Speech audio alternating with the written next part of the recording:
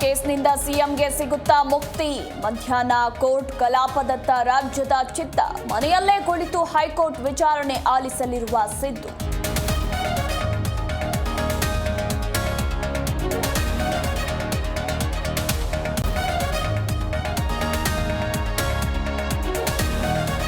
Covid ಹಗರಣದ ವಿರುದ್ಧ criminal ಕೇಸ್ಗೆ ಚಿಂತನೆ. ಬಿಜೆಪಿ ನಾಯಕರನ್ನ ಇಕ್ಕಟ್ಟಿಗೆ ಸಿಲುಕಿಸಲು ಕೈ ಸ್ಕೆಚ್. ಗುರುವಾರದ ಬಳಿಕ ಎಲ್ಲವೂ ಫೈನಲ್.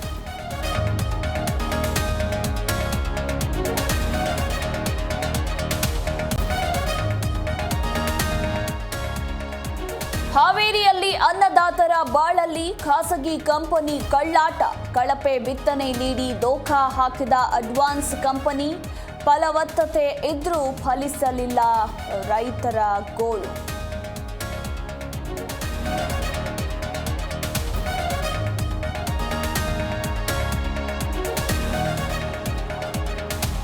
ಕಲಬುರಗಿ ಬೀದರ್ನಲ್ಲಿ ಮಳೆಯ ಆರ್ಭಟ. ಮಕ್ಕಳ ಸುರಕ್ಷತೆ ದೃಷ್ಟಿಯಿಂದ ಶಾಲಾ ಕಾಲೇಜುಗಳಿಗೆ ರಜೆ. ಹವಾಮಾನ ಇಲಾಖೆಯಿಂದ ಮತ್ತೆ ಮಳೆಯ ಮುನ್ಸೂಚನೆ.